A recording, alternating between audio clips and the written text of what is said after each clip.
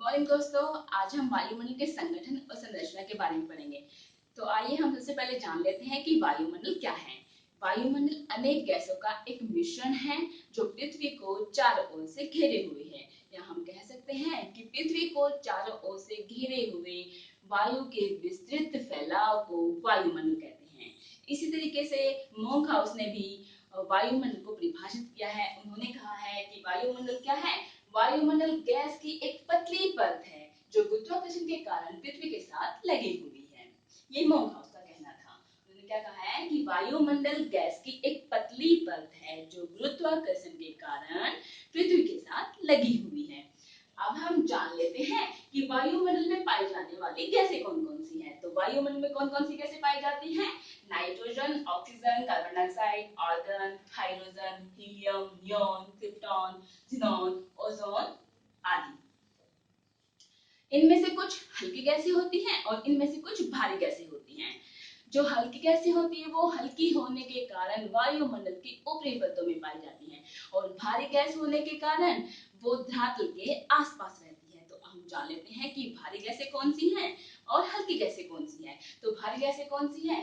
भारी गैसें होती हैं नाइट्रोजन, ऑक्सीजन, कार्बन डाइऑक्साइड और आर्गन। ये हमारे वायुमंडल की भारी गैसें होती हैं। और हल्की गैसें कौन सी होती हैं? ये हमारी hydrogen, helium, neon, krypton, xenon, neon और ओजोन। ये हमारी हल्के गैसें होती हैं और इसी कारण ये वायुमंडल की ऊपरी परतों में पाई जाती हैं। अब हम जान लेते हैं वायुमंडल के संगठन के बारे में। वायुमंडल के संगठन में इन 10 गैसों के साथ साथ जलवाष्प और धूल कणों की महत्वपूर्ण भूमिका होती है। ये 10 गैस जिनका जिक्र हम ऊपर कर चुके हैं। तो अब हम जो वायुमंडल का जो संगठन करती है वो गैसें और जलवाष्प और धूल कण, इनके महत्व के बारे में जान लेते हैं कि ये कैसे हमारे वायुमंडल को प्रभावित करती है और साथ में हमारे जीवन को।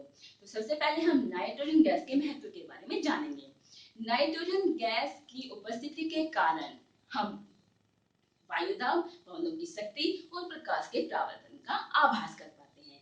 नाइट्रोजन गैस एक ऐसी गैस होती है जिसका न तो कोई रंग होता है, ना कोई गंध होता है, ना कोई स्वाद होता है। और नाइट्रोजन गैस का सबसे बड़ा महत्व ये होता है कि ये किसी भी वस्तु को जलने से रोकती है। मतलब आग को तेजी से जलने से रोकती है। मतलब अगर नाइट्रोजन हमारे इन्वायरमेंट के अंदर नहीं होती तो आग पर नियंत्रण पाना कठिन होता। और नाइट्रोजन गैस का एक और महत्व ये होता है कि नाइट्रोजन गैस से पेड़ पौधों में प्रोटीन का निर्माण होता है जो उनके भोजन का मुख्य अंग होता है। नाइट्रोजन गैस हमारे इन्वायरमेंट के अंदर 128 किलोमीटर तक पाई जाती है। अब हम बात कर लेते हैं ऑक्सीजन के महत्व के बारे में, ऑक्सीजन गैस के महत्व के बारे में। तो ऑक्सीजन गैस का हमारे जीवन में और इस वायुमंडल में महत्वपूर्ण योगदान होता है। ऑक्सीजन के कारण ही हमारी पृथ्वी पर जीवन संभव हुआ है। ऑक्सीजन गैस एक ऐसी गैस होती है जिसके अभाव में हम ईंधन को नहीं जला सकते। मतलब जब तक हमारे इन्वायरमेंट में ऑक्सीजन नहीं होती है तो ईंधन आग नहीं पकड़ता है।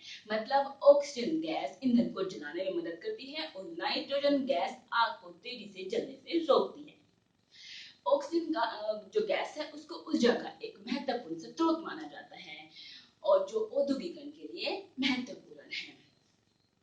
ऑक्सीजन गैस हमारे वायुमंडल में 64 किलोमीटर तक पाई जाती है, लेकिन 16 किलोमीटर के बाद इसकी मात्रा में कमी हो जाती है। अब हम जानते हैं कार्बन डाइऑक्साइड के महत्व के बारे में। कार्बन डाइऑक्साइड गैस हमारे वायुमंडल की भारी गैस होती है। भारी होने के कारण ये धरातल की निचली परतों में पाई जाती है। मतलब हमारी वायुमंडल की निचली परतों में पाई जाती है। वायुमंडल का एक महत्व ये होता है कि जो सूर्य से जो किरणें आती हैं उनके लिए वायुमंडल गैस पारगम्य होती है और जो धरती से जो वापस जो गैसें जाती हैं उनके लिए कार्बन डाइऑक्साइड गैस अपारगम्य होती है। Carbon dioxide gas green house effect के लिए उत्तरदायी होती है जिससे कि हमारा इन्वायरमेंट गर्म होता है। आपने देखा कि आज कार्बन डाइऑक्साइड हमारे इन्वायरमेंट में इतना बढ़ चुकी है कि हमें सांस लेना भी कठिन हो गया है और इसका खुद जिम्मेदार मानव है। अब हम ओजोन गैस के महत्व के बारे में जान लेते हैं। ओजोन गैस ऑक्सीजन का ही एक रूप होता है और ओजोन गैस समताप मंडल में पाई जाती है। ओजोन गैस समताप मंडल में 25 से 50 किलोमीटर के बीच में एक परत के रूप में पाई जाती है। ऑक्सीजन गैस का सबसे बड़ा महत्व ये होता है कि ये सूर्य से आने वाली अल्ट्रावायलेट मतलब पराबैंगनी किरणों को अपने में अवशोषित करके पृथ्वी को सुरक्षित रखती है और पृथ्वी को सुरक्षित रखने के कारण ओजोन गैस को पृथ्वी का सुरक्षा कवच भी कहा जाता है। और हम ये भी कह सकते हैं कि अगर ओजोन गैस हमारे वायुमंडल में नहीं होती तो अल्ट्रावायलेट क्षण भर में पृथ्वी की हर वस्तु को जलाकर राख कर देती।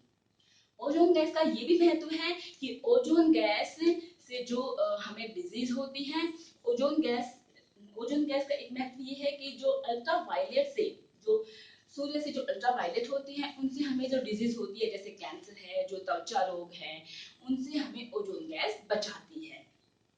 अब हम जान लेते हैं कि ओजोन गैस को नष्ट करने वाली गैस कौन सी है।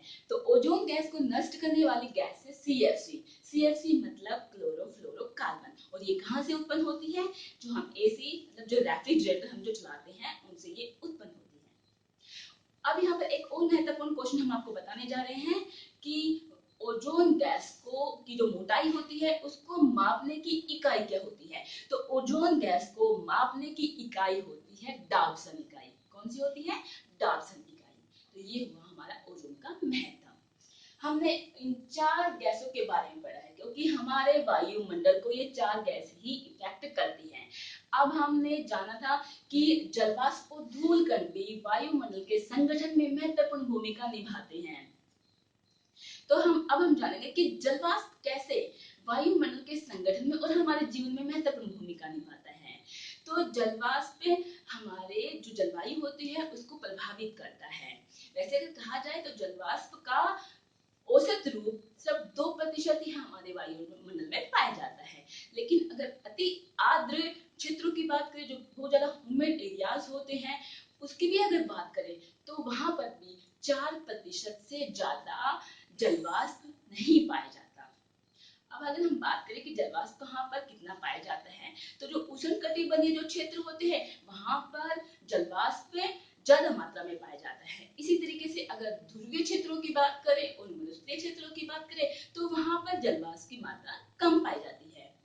लेकिन अगर हम बात करें कि बहुत ही शुष्क क्षेत्र है, बहुत ही शुष्क क्षेत्र में भी जलवाष्प का पाना संभव होता है। जलवाष्प का एक सबसे बड़ा महत्व ये होता है कि ये हमारी पृथ्वी पर एक कंबल का कार्य करता है, जिससे पृथ्वी न तो अधिक गर्म होती है और न अधिक ठंडी होती है। जलवाष्प के कारण जो ओस होता है, जो कोहरा होता है और बादल बनते हैं जिससे कि वर्षा होती है।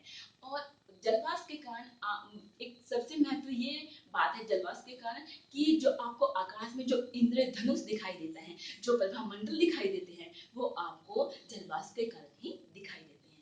ये था जलवाष्प का महत्व हमारे वायुमंडल के संगठन में और हमारे जीवन में। अब हम बात कर लेते हैं धूलकण के बारे में कि धूलकण हमारे वायुमंडल के संगठन में और हमारे जीवन में कैसे महत्वपूर्ण है। धूलकण का हमारे जीवन में बहुत ज्यादा महत्व होता है। धूलकण आपको पता है कि हमारे इन्वायरमेंट में बहुत सारे धूल के कण छोटे मोटे उड़ते हुए दिखाई देते हैं। वो किसके होते हैं? उसमें मिट्टी शामिल होती है, उसमें धूल होती है, उसमें समुद्री नमक होता है, धुएं की कालिक होती है, राख होती है और जो उल्कापिंड होते हैं उनके छोटे छोटे कण होते हैं, उन्हीं को हम धूलकण बोलते हैं। और ये जो धूलकण होते हैं वो सूर्य से आने वाली किरणों को अपने में रोक लेते हैं और जो जाती है किरणों को उनको परावर्तित करने में भी मदद करते हैं, मतलब उनको स्कैटर करने में, उनको फैलाने में मदद करते हैं। और धूलकण का एक सबसे जबरदस्त महत्व ये होता है कि जो धूलकण होते हैं उनके ऊपर एक आर्द्रता ग्रहित केंद्र बन जाता है। आर्द्रता ग्रहित केंद्र का मतलब होता है कि जो हमारे इन्वायरमेंट के अंदर जो जलवाष्प होता है, वो जो आर्द्रता जलवाष्प होता है वो इसके ऊपर एक केंद्र बना लेते हैं, जिससे क्या होता है, जो हमारे वायुमंडल के अंदर जो जलवाष्प होता है उसके साथ इसका कनेक्शन होता है। कनेक्शन होने से क्या होता है, इस प्रक्रिया से बादल बनते हैं, और उसके बाद बारिश होती है। तो धूल कणों का ये बहुत अधिक महत्व माना जाता है इस बात के लिए। और धूल कणों का और क्या महत्व होता है? आपने देखा होगा कि आकाश के अंदर आपको जब सूर्य उदय होता है, सूर्य अस्त होता है, तो आपने आकाश में लाल रंग और नारंगी रंग की छटाई देखने को मिली होगी। तो वो उनका संभव होना जलवाष्प धूल कणों के कारण ही होता है। उसके बाद जो आपको आकाश में नीला रंग दिखाई देता है, जो आकाश का नीला रंग एकदम आपको दिखाई देता है, वो धूल कणों के कारण ही संभव हो पाता है। तो धूल कण हमारे जीवन में और हमारे वायुमंडल में बहुत महत्वपूर्ण स्थान रखते हैं। तो हमने जाना कि हमारे वायुमंडल का संगठन कैसे कैसे संभव है, कैसे कैसे इसको कंपोज किया गया है, कौन कौन से घटक है जो इसको संगठन करने में, इसको कंपोज करने में मदद करते हैं। अब हम जान लेते हैं वायुमंडलीय गैसों के प्रतिशत के बारे में कि कौन सी गैस, मतलब ये जो 10 गैसें हैं, ये कितने कितने प्रतिशत में हमारे वायुमंडल में पाई जाती है। तो देखिएगा, जो नाइट्रोजन गैस है वो हमारे वायुमंडल में कितनी पाई जाती है? 78.03%। ठीक है।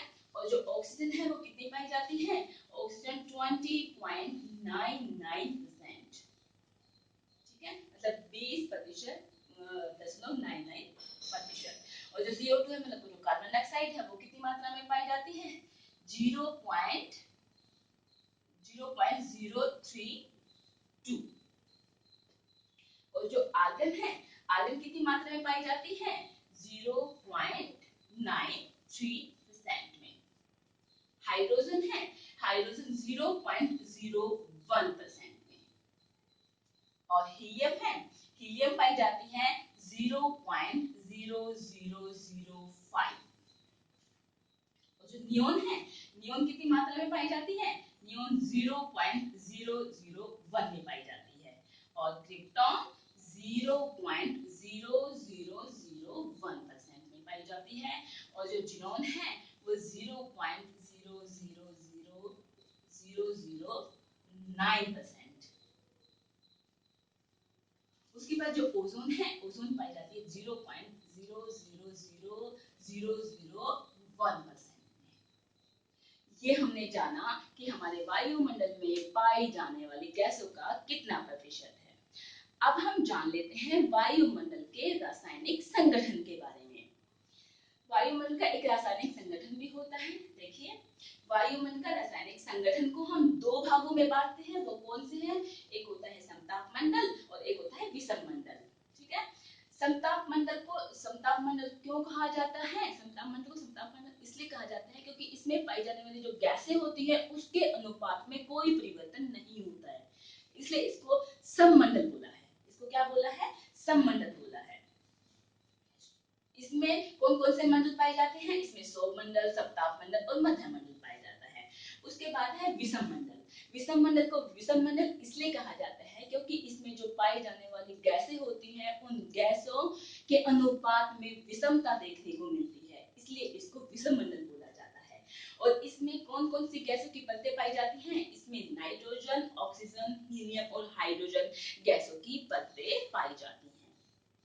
हमने आज पढ़ा वायुमंडल का संगठन और संरचना। हमने इस फर्स्ट पार्ट में, वीडियो के फर्स्ट पार्ट में वायुमंडल का संगठन के बारे में जाना है। अब हम वीडियो के सेकंड पार्ट में वायुमंडल की संरचना